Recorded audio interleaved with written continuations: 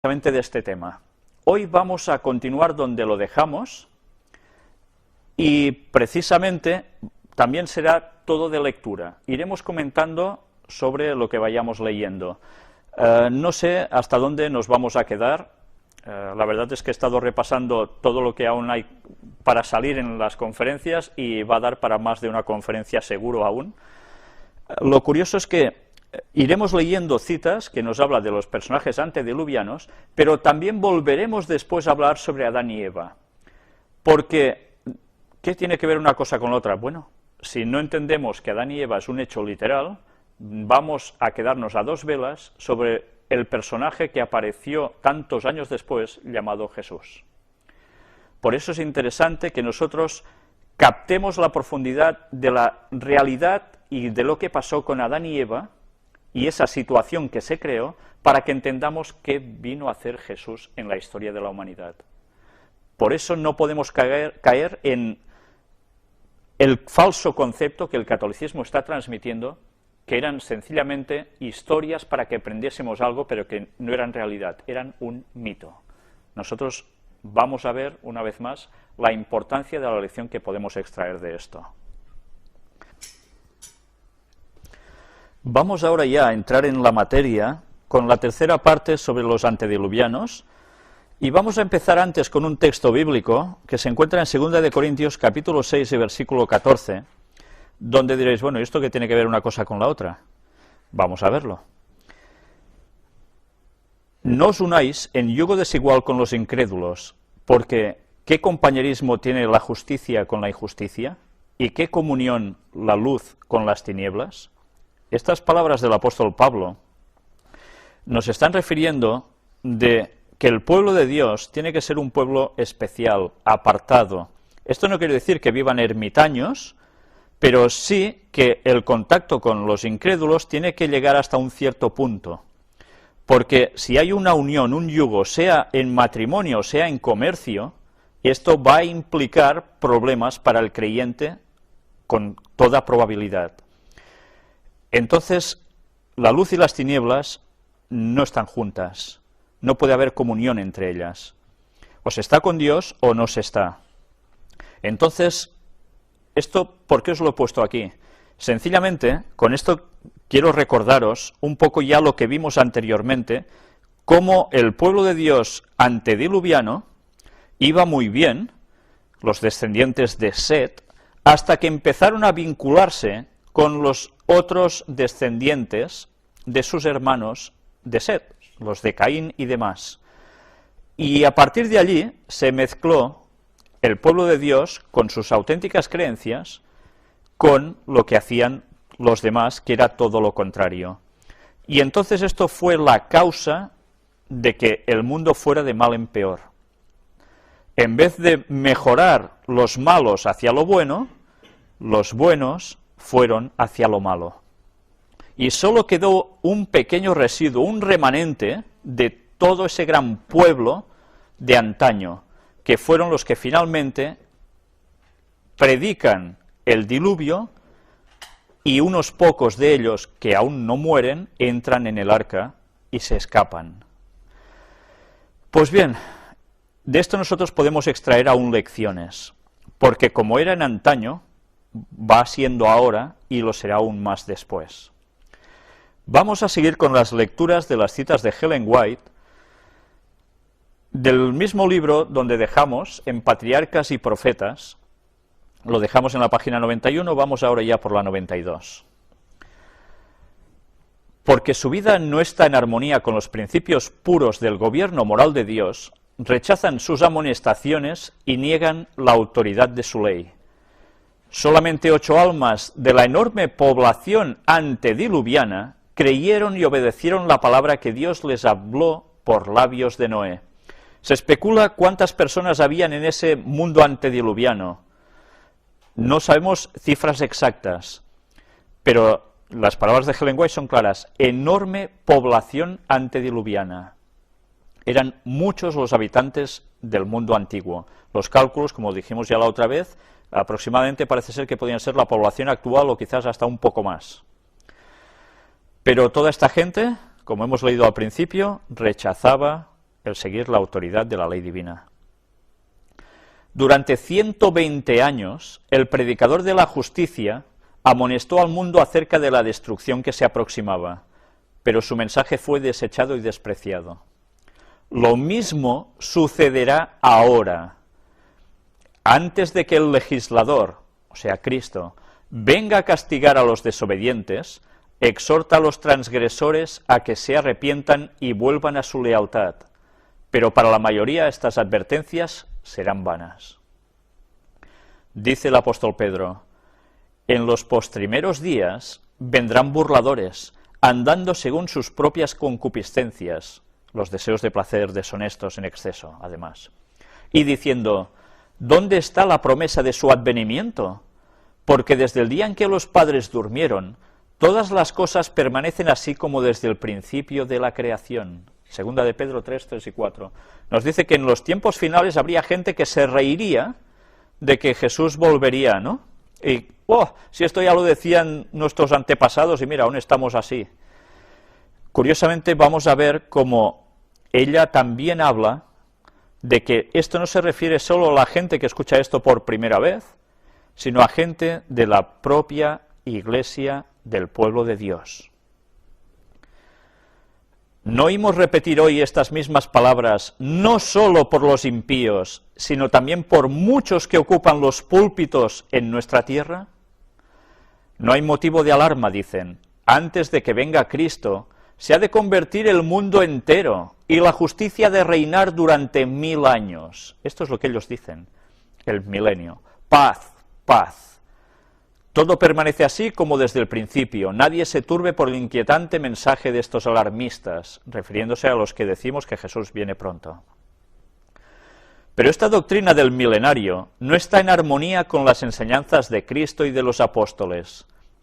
Jesús hizo esta pregunta significativa, que se aparece en Lucas 18:8. Cuando el Hijo del Hombre viniere, ¿hallará fe en la tierra? Habla de sí mismo, que se reconocía como Hijo del Hombre a Cristo. Como hemos visto, él manifiesta que el estado del mundo será como en los días de Noé.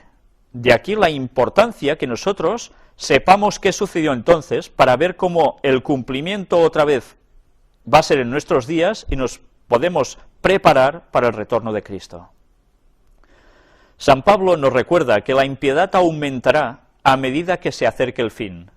1 Timoteo 4:1 nos dice: el Espíritu dice manifiestamente que en los venideros tiempos algunos apostatarán de la fe, escuchando a espíritus de error y a doctrinas de demonios.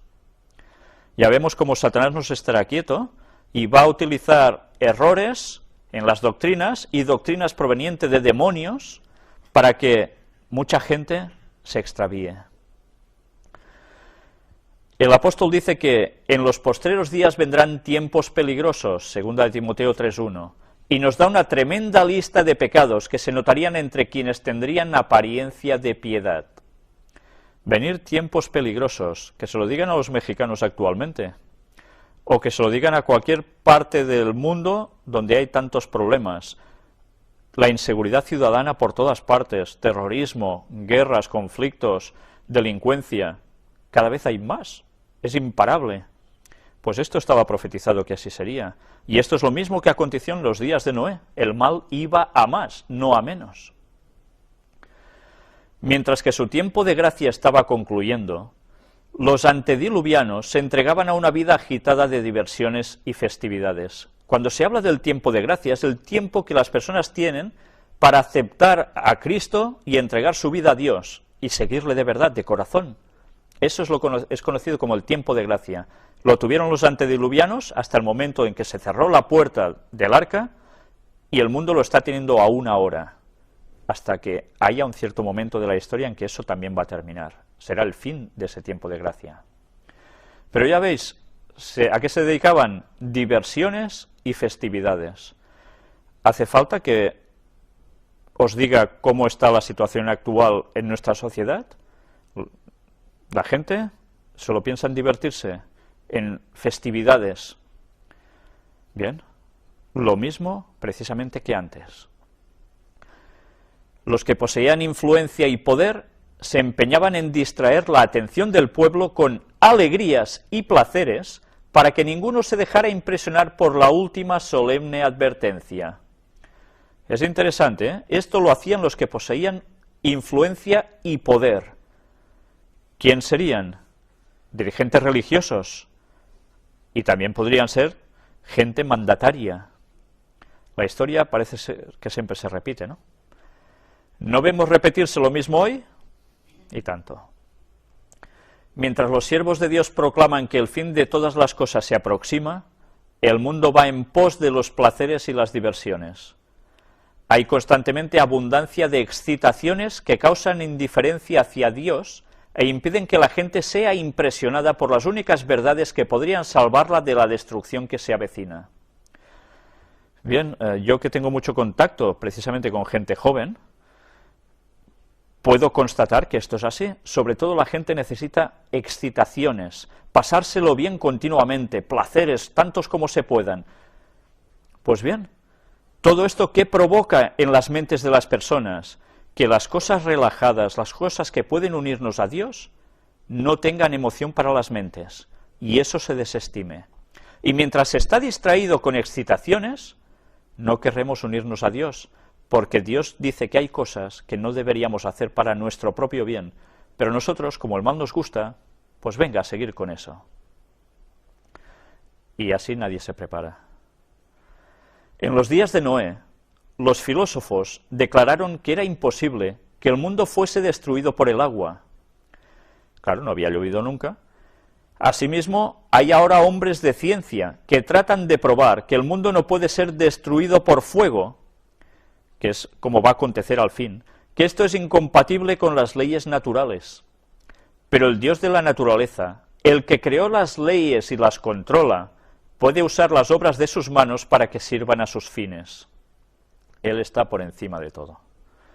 Cuando los grandes sabios habían probado a su entera satisfacción que era imposible que el mundo fuese destruido por agua, cuando los temores del pueblo se habían tranquilizado, cuando todos consideraban que la profecía de Noé era un engaño y le llamaban fanático, entonces llegó la hora de Dios. Fueron rotas todas las fuentes del grande abismo, y las cataratas de los cielos fueron abiertas. Génesis 7:11. Y los burladores sucumbieron en las aguas del diluvio. Con toda su jactanciosa filosofía, los hombres descubrieron muy tarde que su sabiduría era necedad, que el legislador es superior a las leyes de la naturaleza, y que la omnipotencia no le faltan medios para alcanzar sus fines. Y como fue en los días de Noé, como esto será el día en que el Hijo del Hombre se manifestará.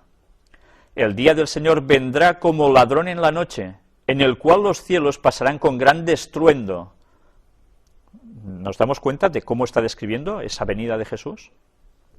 Y los elementos ardiendo serán deshechos, y la tierra y las obras que en ella están serán quemadas. Esto aparece en Lucas 17, 26 y 30 y 2 de Pedro 3:10.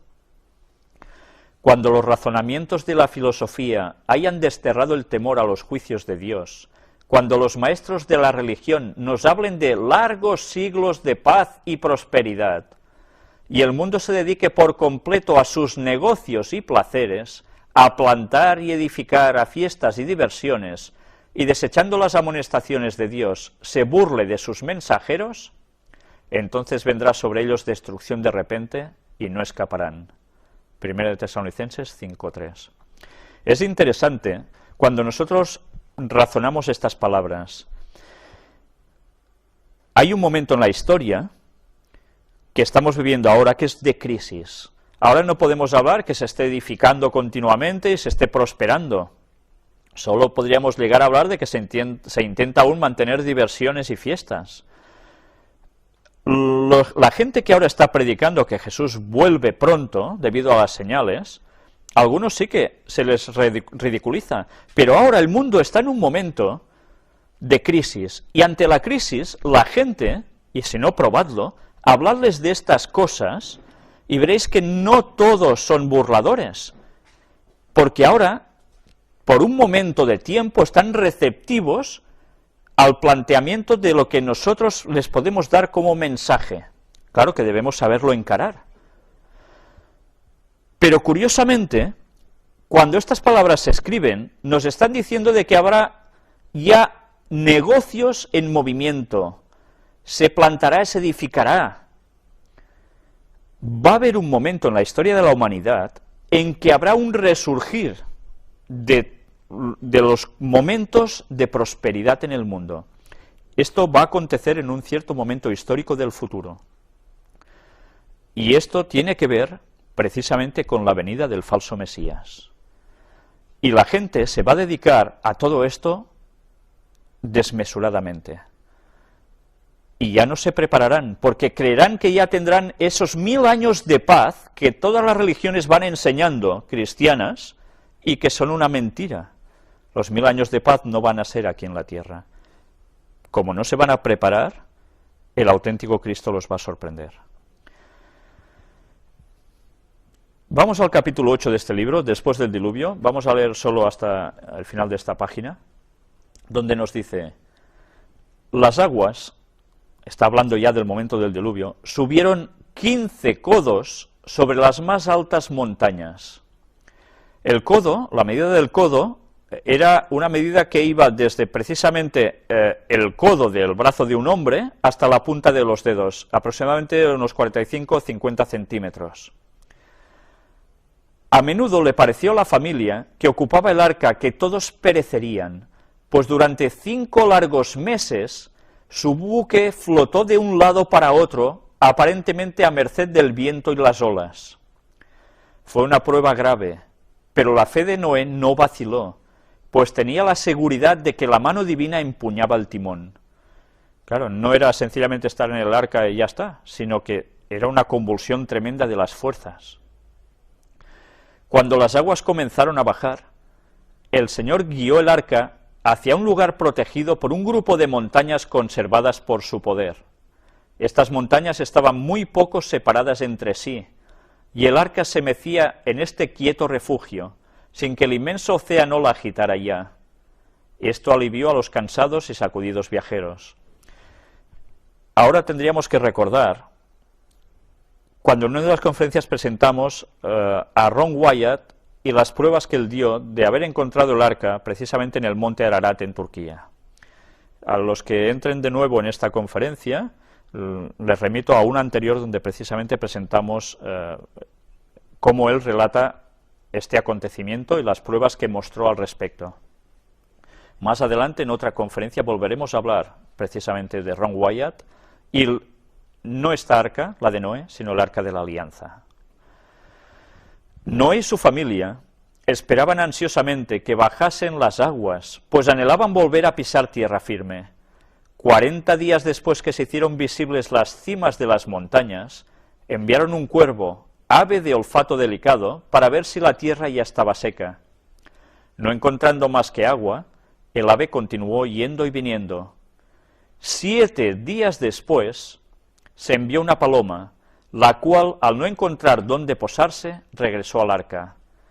Noé esperó 7 días más, y nuevamente envió la paloma.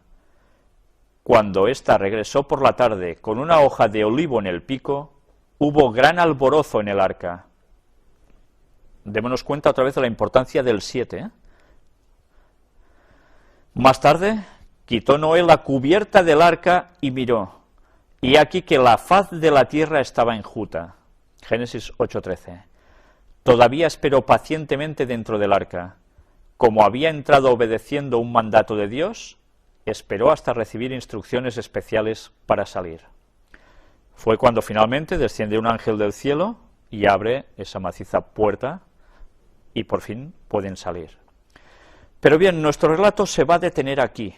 No vamos a ir ya más allá de lo que acontece después, pero sí que vamos a hacer un pequeño recuerdo que aparece en Génesis capítulo 9, de qué sucedió cuando ellos salen del arca. Hay un diálogo entre Dios y Noé.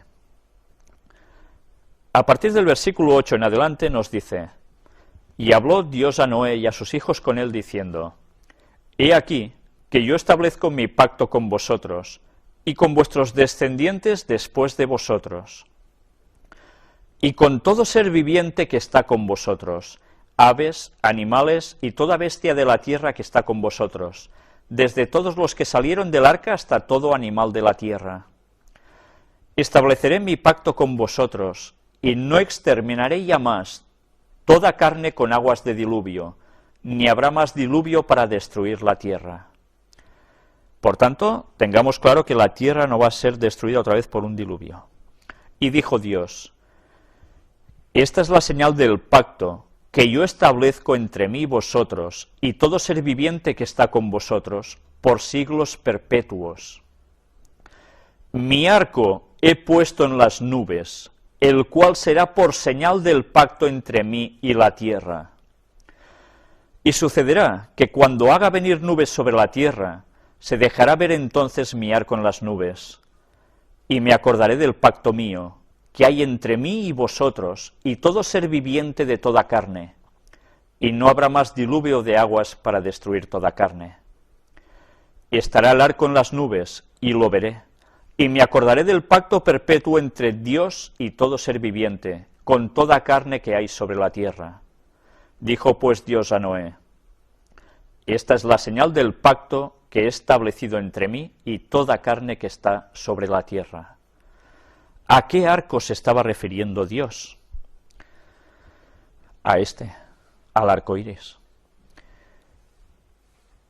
Recordemos los versículos 13 y 14. Mi arco he puesto en las nubes, el cual será por señal del pacto entre mí y la tierra, y sucederá que cuando haga venir nubes sobre la tierra, se dejará ver entonces mi arco en las nubes. Yo no sé si vosotros, cuando veis este arco, quedáis impresionados, porque a veces aparece con una belleza tremenda, con una nitidez de colores impresionantes. Para cualquier persona que ve el arco, verdaderamente le puede sorprender la maravilla que esto aparezca así. Evidentemente tiene una explicación física, ya la sabemos, pero para el creyente esto tiene una trascendencia mucho más profunda. Cuando empieza a llover, vemos que aparece el arco, suele ser por la refracción con el sol. El pensamiento del cristiano es distinto al del otro ser humano en general. Él sabe que algo sucedió hace muchos años atrás que provocó esta situación. Y esto debe recordarnos que Dios hizo un pacto con Noé y con sus descendientes, o sea, nosotros también. Y nos sigue aguantando para no destruirnos por diluvio, por más mal que lleguemos a hacer las cosas. Tiene misericordia aún de nosotros. Pero va a llegar un momento en que su misericordia, ese tiempo de gracia se va a terminar, y luego la tierra ya no va a ser destruida por agua, sino que va a ser por fuego, en el retorno de Jesús. Y me acordaré del pacto mío que hay entre mí y vosotros, y todo ser viviente de toda carne, y no habrá más diluvio de aguas para destruir toda carne. Estará el arco en las nubes, y lo veré, y me acordaré del pacto perpetuo entre Dios y todo ser viviente, con toda carne que hay sobre la tierra. Dios sigue manteniendo su pacto, y cada vez que nosotros vemos esto en el cielo, recordemos este pacto de Dios con el hombre. Y no lo veamos solo como, mira, qué curioso, qué bonito es cómo queda esto. Dios nos lo sigue mostrando para que recordemos lo que pasó y lo que va a volver a acontecer, pero que mientras aún tiene misericordia de nosotros. Y ahora vamos a entrar en el comentario bíblico adventista del séptimo día, tomo 7a, que son escritos también de Ellen White. Y ahora vamos a adentrarnos también en precisamente recordar más situaciones de las que vivió Adán y sus descendientes. Cuando Adán fue atacado por el tentador en el Edén, no tenía la mancha del pecado. Estaba en todo el vigor de su perfección ante Dios. Todos los órganos y facultades de su ser estaban desarrollados por igual y equilibrados armoniosamente. O sea, sé que era perfecto en todo. Su cuerpo, su mente, no había entrado el pecado en él. No se había deteriorado para nada. Por eso, pensemos, si estando así llegó a pecar, ¿qué pasó después con Cristo cuando vino para poder redimir al hombre de la transgresión que Adán causó? ¿Vino en esas mismas condiciones que Adán, distinto? ¿Qué importancia tiene todo eso para nosotros? Ya lo iremos viendo. Cristo ocupó el lugar de Adán en el desierto de la tentación para soportar la prueba en que éste fracasó. Entonces Cristo venció en lugar del pecador 4000 años después de que Adán dio la espalda a la luz de su hogar. La familia humana, separada de la presencia de Dios, se había apartado más y más, generación tras generación, de la pureza original, de la sabiduría y el conocimiento que Adán poseía en el Edén. Cristo llevó los pecados y las debilidades de la raza humana en la condición en que ésta se encontraba cuando Él vino a la tierra para socorrer al hombre. En favor de la raza humana y con las debilidades del hombre caído sobre sí, debía resistir las tentaciones de Satanás en todos los puntos en los cuales sería atacado el hombre. ¿En qué contraste se halla el segundo Adán cuando entra en el sombrío desierto para hacer frente a Satanás sin ayuda alguna? La raza humana había ido disminuyendo en estatura y vigor físico desde la caída y hundiéndose más y más en la balanza del valor moral hasta el momento en que Cristo vino a la tierra. Y Cristo debía llegar hasta donde estaba el hombre caído para levantarlo. Tomó la naturaleza humana y llevó las debilidades y la degeneración de la raza. El que no conoció pecado se convirtió en pecado por nosotros. Se humilló hasta las mayores profundidades de la miseria humana a fin de poder estar calificado para llegar hasta el hombre y elevarlo de la degradación en que lo había sumido el pecado. Si aquí nos damos cuenta, vemos como la raza humana, con el paso de las generaciones, había ido disminuyendo en estatura, en potencia intelectual, en capacidades, y esa es la naturaleza que Cristo coge humanamente. No viene como Adán, de una estatura impresionante, ni con una perfección absoluta en todo, viene como un hombre de su época, y con ese deterioro de la carga del pecado que llevaba en su cuerpo por generaciones, él asume eso mismo. No parte como Adán en este sentido, sino que parte aún en peor condición. Y en cambio, gracias a su no pecar, salva lo que Adán llegó a perder en el Edén. El Señor creó al hombre del polvo de la tierra, hizo de Adán un participante de la vida y naturaleza de Dios. Fue alentado en él el aliento del Todopoderoso y se convirtió en un alma viviente.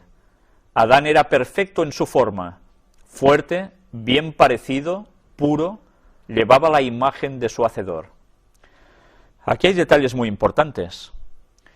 El hombre fue hecho del polvo de la tierra, del barro, nos habla el texto, de una arcilla rojiza, y que no sé si lo comenté alguna vez aquí.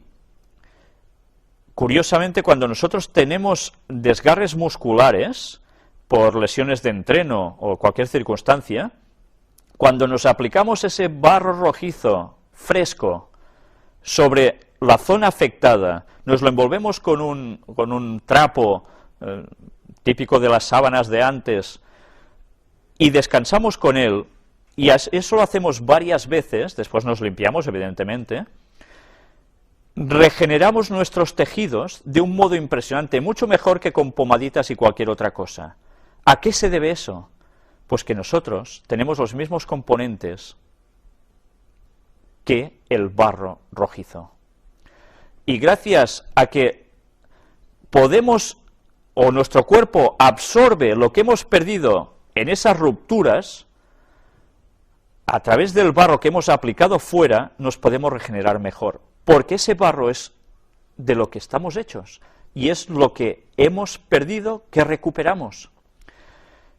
Sabéis que yo me dedico precisamente al tema de la musculación, ayudando a enseñar a personas a entrenar, a cuidarse, y siempre que les he dicho esto les ha asombrado, y cuando lo han probado han visto que verdaderamente funciona, y por eso os lo quiero transmitir aquí también, si alguno de vosotros tiene alguna lesión de estos tipos, para que lo ponga en práctica y se dé cuenta cómo verdaderamente funciona. El barro, cuando uno se levanta, lo encuentra resquebrajado totalmente, como si fuera tierra seca que no ha llovido, y luego eso se limpia a chorro de ducha.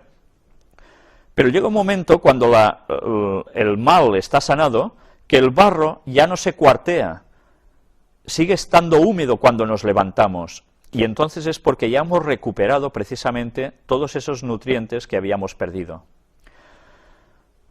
Curioso que cuando Moisés escribe que el hombre fue hecho del barro, precisamente la ciencia nos demuestre que somos lo mismo. Y más a más, la práctica. ¿Cómo podía saber Moisés esto en esos tiempos? Vemos que Adán era perfecto en todo. Vamos a ir viendo más detalles de todo esto. Hay una parte también de lo que hemos leído interesante. El hombre vive por el aliento de Dios y se convierte en un alma viviente, en un ser viviente. Fijémonos cómo el término alma no quiere decir alguien descarnado de su cuerpo, que pulula por ahí cuando uno se muere o algo parecido, sino que el alma es un ser, es la persona, y puedes ser alma viva o alma muerta, depende si el aliento de Dios está en ti o no. Esto es interesante para empezar a tirar por tierra el concepto de alma que nos lleva al mundo del espiritismo y del que todo el cristianismo prácticamente ha mamado. Y esto debemos tenerlo presente, cuidado con el concepto de alma. Algún día trataremos el tema precisamente de la muerte, si Dios quiere. Hay tantos temas por tratar. El hombre salió de las manos de su Creador perfecto en su organización y bello en su forma, o sea que no hizo ningún mono, ni ningún bichito extraño que luego evolucionara. El hecho de que por 6.000 años haya resistido el peso siempre creciente de enfermedades y crimen es prueba concluyente del poder de resistencia con que al principio fue dotado. Interesante, ¿eh? Adán fue coronado rey en el Edén. Se le dio dominio sobre toda cosa viviente que Dios había creado. El Señor bendijo a Adán y a Eva con una inteligencia que no dio a ninguna otra criatura. Hizo de Adán el legítimo soberano de todas las obras de las manos de Dios. El hombre, hecho a la imagen divina, podía contemplar y apreciar en la naturaleza las obras gloriosas de Dios. Fuimos hechos a imagen divina, no a especie rara de nada. Y esto siempre debemos tenerlo presente, somos imagen divina, pero lo hemos de conservar tanto como podamos, física, mental y espiritualmente, porque si no, ¿cómo vamos a pretender ser hijos de Dios? Para ser hijos de Dios hemos de recordar nuestros orígenes, y hemos de querer seguir siendo hijos de Dios, desde un principio hasta el final. Adán tenía temas como motivos de contemplación en las obras de Dios en el Edén, que era el cielo en miniatura. Dios, es interesante, era el cielo en miniatura. Si el jardín del Edén dice que era el cielo en miniatura, ¿cómo es el cielo? ¿Es un lugar donde solo hay nubes y van andando flotando, como tantas veces nos pintan en anuncios, peliculitas y demás? Pues no, aquí nos está describiendo cómo es el cielo, ¿eh? Dios no creó al hombre meramente para que contemplara las gloriosas obras de Dios. Por eso le dio manos para trabajar, así como mente y corazón para meditar. Si la felicidad del hombre hubiese consistido en no hacer nada, el Creador no le hubiera asignado un trabajo a Adán. El hombre había de encontrar felicidad tanto en el trabajo como en la meditación. ¿Por qué vemos ahora actualmente tantos problemas en la humanidad? ¿Por qué estamos viendo que la gente que está en paro se aflige mentalmente? Porque esta no es la condición natural para el hombre. El hombre necesita trabajar. para su cuerpo y para su mente. Pero también necesita algo importante, y es la meditación. Se puede trabajar y se puede estar meditando, se puede estar quieto y se puede meditar también, pero la persona que siempre está quieta, está siempre ociosa, por circunstancias que sean, su mente no va a estar en la meditación, porque su cuerpo también le pide algo más. Por tanto, es necesario el equilibrio en el ser humano. Dios creó al hombre para la gloria divina, para que después de pasar por la prueba y la aflicción, la familia humana pudiera llegar a ser una con la familia celestial. El propósito de Dios era repoblar el cielo con la familia humana si hubiera demostrado obediencia a cada palabra divina. ¿Habéis visto lo que pone aquí? El ser humano fue hecho para restablecer las pérdidas que Satanás y sus ángeles crearon en el cielo al ser expulsados. Quedaron lugares vacíos y el propósito de Dios fue crear al hombre para llenar ese cielo otra vez, siempre y cuando el hombre hubiese sido perfecto hasta el fin. Interesante este concepto, ¿verdad? ¿Por qué creéis que Satanás odia tanto, junto con sus ángeles, al ser humano? Porque íbamos a ser sus sustitutos. Adán había de ser probado para ver si iba a ser obediente como los ángeles leales o desobediente. Si hubiese soportado la prueba, hubiera instruido a sus hijos tan solamente en un sendero de lealtad. Su mente y sus pensamientos habrían sido como la mente y los pensamientos de Dios. Habría sido enseñado por Dios como su labranza y edificio. Su carácter habría sido modelado de acuerdo con el carácter de Dios. ¿Y qué lejos está nuestro carácter actualmente del de Dios? Todo por la transgresión. Y estad atentos a lo que vais a leer ahora también. Cristo nunca plantó las semillas de muerte en el organismo. Satanás plantó esas semillas cuando tentó a Adán para que comiera del árbol del conocimiento, lo que significó desobediencia a Dios. O sea que las semillas de muerte en el organismo provienen de Satanás, no provienen de Dios. Cuando Dios les dice que moriría el ser humano por transgredir, es porque sabe que Satanás automáticamente podría poner esto en el ser humano. Y todos morimos por habernos separados de Dios. Por eso la ciencia no puede hacer nada para detener la muerte. Puede prolongar un poco más la vida, pero no puede suprimir el gran enemigo de la humanidad, que es la muerte. Porque Satanás es el dueño de la humanidad, hasta que Cristo ponga punto y final a eso. Adán escuchó las palabras del tentador y cayó en el pecado al rendirse a sus insinuaciones. En su caso, ¿por qué no se puso en vigor la pena de muerte inmediatamente? Porque se encontró una manera de rescatarlo. El unigénito Hijo de Dios se ofreció como voluntario para tomar sobre sí el pecado del hombre y para hacer la expiación de la raza caída. No podría haber habido perdón para el pecado si no se hubiera hecho esta expiación. Si Dios hubiera perdonado el pecado de Adán sin expiación, el pecado se habría inmortalizado y se habría perpetuado con una osadía que no habría tenido restricciones. Es interesante. Si nosotros caemos en conceptos evolutivos o de marcianitos que nos han creado y dado la vida, etcétera, etcétera, y no entendemos que Dios fue el que nos creó tal como éramos en perfección, pero como humanos, todo el concepto de que Jesús tenía que venir a morir para que nosotros pudiésemos ser salvos, para restablecer lo que se perdió, se perdería también el concepto de por qué Jesús vino a la tierra. Por eso, qué difícil es entender que el catolicismo ahora pregone que la evolución es un hecho hasta que sale el ser humano como tal. En la otra conferencia, hablamos de la estupidez de ese argumento, porque tenía que haber evolución, tenía que haber muerte, y la muerte no había entrado hasta que entró el pecado. Eso ya era algo sumamente imposible.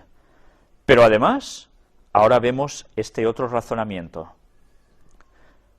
Si destruimos la creación tal como nos la narra el Génesis, destituimos totalmente a Cristo de lo que vino a hacer en la tierra.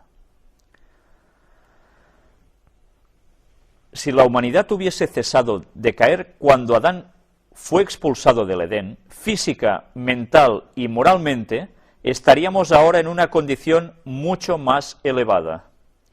Pero al paso que los seres humanos deploran la caída de Adán, que ha resultado en una calamidad tan indecible, desobedecen las órdenes expresas de Dios como lo hizo Adán, aunque tienen su ejemplo para ponerlos en guardia, a fin de que no hagan como hizo él, a violar la ley de Jehová. Una vez más, cogemos la enseñanza de este hecho de Adán.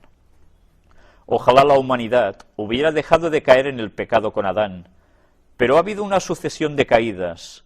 Los seres humanos no aceptan la advertencia del caso de Adán, y más ahora, si se dice que no existió, que es un mito, condescienden con el apetito y la pasión en violación directa de la ley de Dios, y al mismo tiempo continúan lamentando la transgresión de Adán que introdujo el pecado en el mundo. Desde los días de Adán hasta los nuestros, ha habido una sucesión de caídas en toda suerte de crímenes, y cada caída ha sido mayor que la anterior. Dios no creó una raza de seres tan desprovistos de salud, belleza y poder moral como la que ahora existe en el mundo. O sea que ahora somos una atrofia total de lo que Dios había hecho en un principio. Enfermedades de toda clase han estado aumentando terriblemente en la humanidad. Esto no ha sido por providencia especial de Dios, sino directamente en contra de su voluntad. Esto ha venido por el desprecio del hombre de los mismos medios que Dios ha ordenado para resguardarlo de los terribles males existentes. ¿La culpa de quién es? Nuestra. No culpemos a Dios de nuestras enfermedades y de tantas otras cosas, porque la mayor parte de veces es por culpa nuestra, porque no hacemos lo que Dios nos ha dictaminado en cómo preservar nuestra propia salud. Y a esto además le añadimos las generaciones anteriores de pecado, lógicamente, nuestra tendencia no va a ser seres superpotentes, porque el mal anida en nosotros, el pecado. Pero al menos hagamos lo mejor posible para evitar todo esto. En el Edén, Satanás usó la serpiente como su instrumento. Fue el primer medium de la historia. Hoy día usa a los miembros de la familia humana, esforzándose por medio de toda suerte de astucia y engaño para levantar barreras en el sendero de la justicia, calculado para que caminen por él los redimidos del Señor. Ahora utiliza personas para fastidiar, ¿no?, el seguir lo bueno. Dios no consulta nuestras opiniones ni preferencias. Conoce lo que no conocen los seres humanos, los resultados futuros de cada movimiento, y por lo tanto nuestros ojos debieran dirigirse a Él y no a las ventajas mundanales presentadas por Satanás. Satanás nos dice que si le prestamos atención alcanzaremos grandes alturas de conocimiento.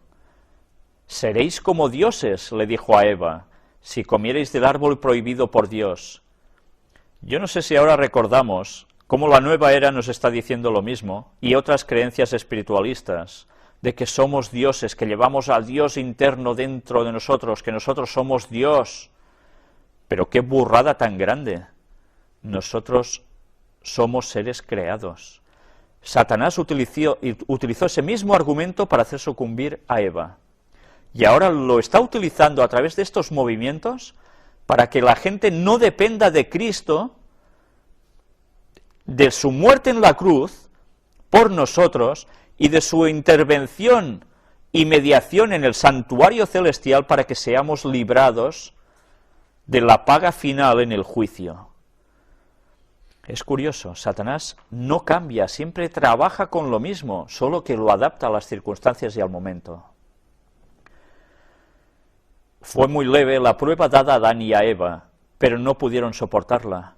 Desobedecieron a Dios, y esa transgresión abrió las compuertas de la calamidad sobre nuestro mundo. con cuán intenso interés observó todo el universo el conflicto que había de decidir la posición de Adán y Eva. Cuán atentamente escucharon los ángeles las palabras de Satanás, el originador del pecado, cuando colocó sus propias ideas por encima de las órdenes de Dios y procuró dejar sin efecto la ley de Dios por medio de su razonamiento engañoso. Cuán ansiosamente esperaron para ver si la santa pareja sería engañada por el tentador y se rendiría a sus artificios. Se preguntaban a sí mismos, ¿transferirá la santa pareja su fe y amor del Padre y el Hijo a Satanás? ¿Aceptarán sus falsedades como verdad? Sabían que podrían refrenarse de tomar el fruto, obedeciendo el mandato positivo de Dios, o podrían violar la orden expresa de su Creador. Les fue dada la prueba más suave que podía darse, pues no había necesidad de que comieran del árbol prohibido. Todo lo que necesitaban había sido provisto, pero ya se encargó Satanás de presentarlo de un modo tan atrayente, ser como Dios, conociendo el bien y el mal. En verdad, conocer el mal, porque el bien ya pasaba a ser historia. Si Adán y Eva nunca hubiesen tocado el árbol prohibido, el Señor les hubiera impartido conocimiento, un conocimiento sobre el cual no descansaba la maldición del pecado, que les habría proporcionado gozo eterno. El único conocimiento que ganaron con su desobediencia fue un conocimiento del pecado y sus resultados. ¿En qué consistió el vigor del asalto contra Adán que causó su caída? No fue el pecado inherente, pues Dios hizo a Adán conforme al carácter divino, puro y recto. No había principios corruptos en el primer Adán, ni propensiones corruptas o tendencias al mal. Adán era tan impecable como los ángeles que están delante del trono de Dios. Esas cosas son inexplicables, pero muchas cosas que ahora no podemos entender serán aclaradas cuando veamos cómo ahora somos vistos y conozcamos cómo somos conocidos. Hay cosas que difícilmente podremos llegar a comprender y explicar ahora, pero llegará un momento, cuando Cristo haya vuelto, que nosotros sí vamos a entender. Siglo tras siglo, la curiosidad de los hombres los ha inducido a buscar el árbol del conocimiento, y con frecuencia piensan que están arrancando el fruto más importante cuando, a semejanza de las indagaciones de Salomón, encuentran que todo es vanidad y nada en comparación con la ciencia de la verdadera santidad que les abrirá las puertas de la ciudad de Dios. Pero Satanás siempre trabaja con lo oculto. Sí, busca en ti mismo y encontrarás la verdad. Adéntrate en ti, deja que lo de fuera del cosmos entre en ti, esa fuerza, etcétera. Todo es engaño satánico para apartarnos de Dios. La ambición humana ha ido en procura de la clase de conocimiento que le proporcione gloria, exaltación propia y supremacía. Así obró Satanás sobre Adán y Eva, hasta que las restricciones de Dios fueron rotas en pedazos y comenzó su educación bajo el maestro de la mentira, para que pudieran tener el conocimiento que Dios les había vedado, conocer las consecuencias de la transgresión. Y así es como Satanás va instruyendo a los seres que han caído, humanos, en todas esas doctrinas y falsas creencias que pasaron a formar parte de todo el pueblo humano que no seguía los designios de Dios, como seguían los descendientes de Set. Y a partir de allí todo se fue complicando hasta llegar al diluvio. Y a partir de allí, después del diluvio, avanzamos hasta nuestra historia, con una vez más la repetición prácticamente calcada de los acontecimientos anteriores al diluvio, y de los cuales iremos viendo muchos más detalles que nos van a sorprender muchísimo, para que veamos qué extraordinario paralelismo con la actualidad. Adán se rindió a la tentación, y como tenemos tan claramente delante de nosotros el asunto del pecado y sus consecuencias, podemos leer de causa a efecto y ver que no es la magnitud del acto lo que constituye el pecado, sino la desobediencia a la voluntad expresada de Dios, lo que es una negación virtual de Dios, un rechazo de las leyes de su gobierno. La caída de nuestros primeros padres rompió la cadena áurea de la obediencia implícita de la voluntad humana a la divina. La obediencia ya no ha sido más considerada como una necesidad absoluta. Los seres humanos siguen sus propios pensamientos, de los cuales dijo el Señor, refiriéndose a los habitantes del mundo antiguo, que eran de continuo solo el mal. Y eso pasó antes del diluvio, sigue pasando y pasará aún más. Se dispuso el plan de salvación de tal forma que cuando Adán fue probado, la tentación fue apartada de él todo lo posible. Cuando Adán fue tentado, no tenía hambre. Es curioso, ¿eh? Satanás dio a comer a Eva, Eva aceptó. Cuando Eva le da a Adán del fruto, Adán no tiene hambre en esos momentos para nada. Pero en cambio, él sucumbe. Incluso más fácil lo tenía para rechazar. Dios tenía poder para retener a Adán, impidiéndole tocar el fruto prohibido. Pero si lo hubiese hecho, Satanás hubiera tenido un asidero para acusar de arbitrario el gobierno de Dios. El hombre no hubiera sido un ser moral libre, sino una mera máquina, un autómata programado. Por eso Dios no pudo prohibirle de «no lo cojas», sino que lo tuvo que dejar a su libre albedrío, que hiciese lo que él quisiera, que decidiera por sí mismo. Ahí estaba parte del gran amor de Dios. No hizo una máquina, hizo a un hombre. Y el hombre decidió pecar. Pero ya veis, si Dios hubiese intervenido, Satanás tenía el gran argumento para decir, mira, así cualquiera te sirve, ¿no? Obligas, y no se hubiese descubierto el carácter de Satanás ante el universo. Ciertamente, no era el propósito de Dios que el hombre fuera pecaminoso. Hizo a Adán puro y noble, sin ninguna tendencia al mal.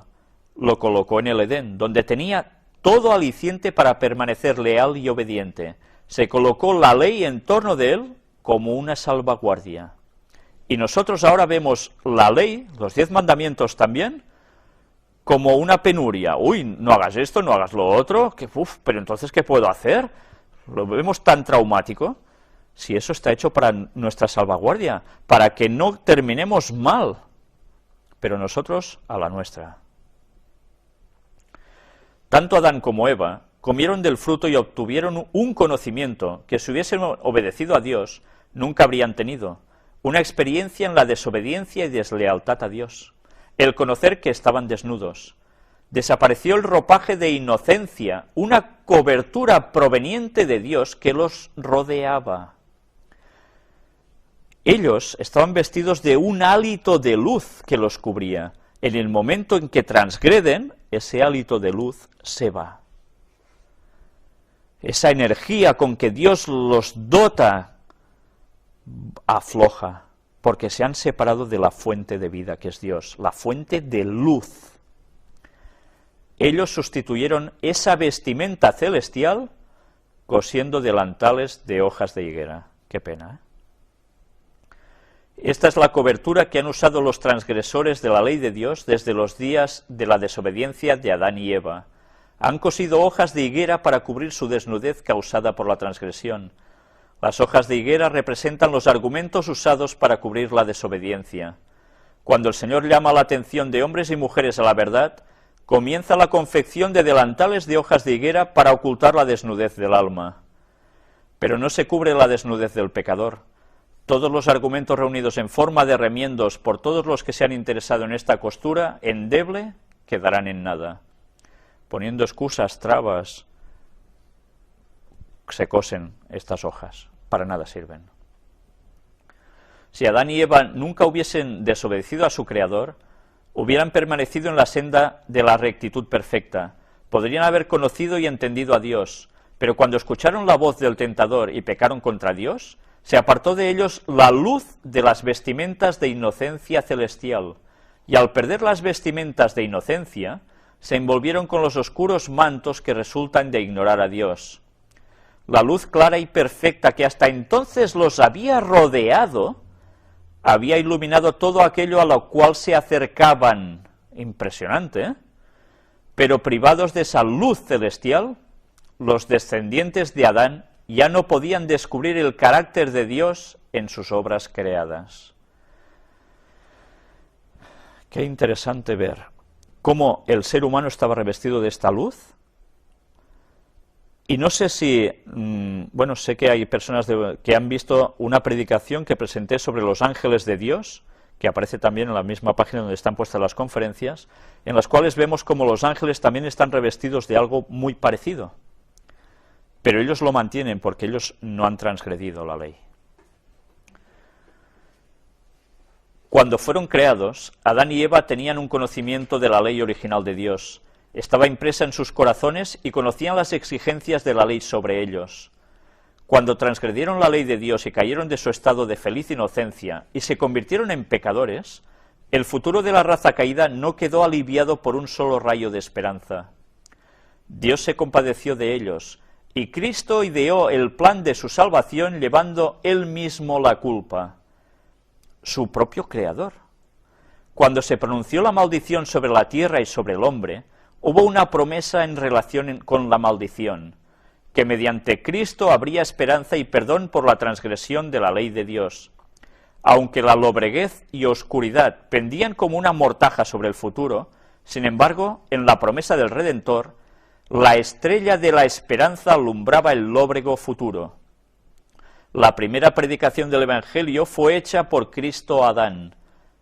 Adán y Eva experimentaron sincero dolor y arrepentimiento por su culpa. Creyeron la preciosa promesa de Dios y fueron salvados de una ruina total. Tan pronto como hubo pecado, hubo un Salvador. Cristo sabía que habría de sufrir y, sin embargo, se convirtió en el sustituto del hombre. Tan pronto como pecó Adán, el Hijo de Dios se presentó como el garante de la raza humana, con tanto poder para impedir la condenación pronunciada sobre los culpables como cuando murió en la cruz del Calvario. Bien, vamos a dejarlo aquí. Las citas continúan. Aún van a venir citas, yo diría que tan o más interesantes que las que hemos leído hasta ahora. Si nosotros no percibimos que todo esto fue un hecho literal, Jesús vino a la tierra a hacer el tonto. ¿De verdad creemos que Jesús vino solo a hacer el tonto a la tierra? ¿Por qué ha interesado tanto desvirtuar que Jesús estuvo en la tierra? ¿Por qué ha interesado tanto desvirtuar lo que Cristo hizo aquí, muriendo en la cruz? ¿Por qué ha interesado tanto que apareciese la evolución, se difundiera por todas partes y se manchara la imagen de Dios creando al hombre?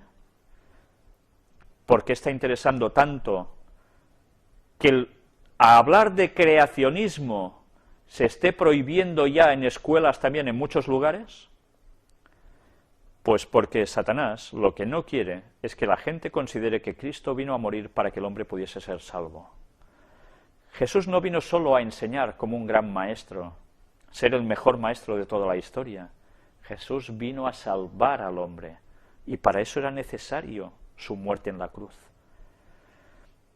Si nosotros tiramos por tierra todo lo que pasó en la creación, nosotros estamos perdidos, porque no entenderemos lo que Cristo ha hecho por nosotros, y va a evitar que nos acerquemos a Dios buscándolo de corazón y con arrepentimiento. Y no podremos prepararnos para esperar su segunda venida. Y no podemos esperar ser salvos de la destrucción que viene sobre la tierra. No sabemos si nosotros vamos a morir antes de que Cristo vuelva o no. Pero a nosotros lo que más nos importa es ser salvos por la eternidad y volver a ser como era originalmente el hombre en su creación.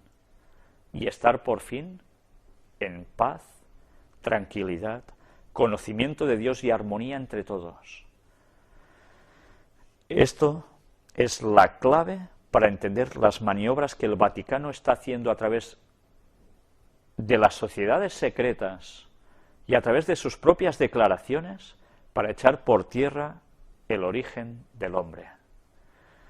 Hay unas conferencias de un compañero nuestro donde presenta en varias partes la mentira de la evolución. Os las recomiendo, están puestas también en nuestras páginas en internet donde aparecen las conferencias, porque de un modo claro, que hasta un niño puede entender, se ve las maniobras falsas y los argumentos mentirosos que utilizan para tirar por tierra el creacionismo.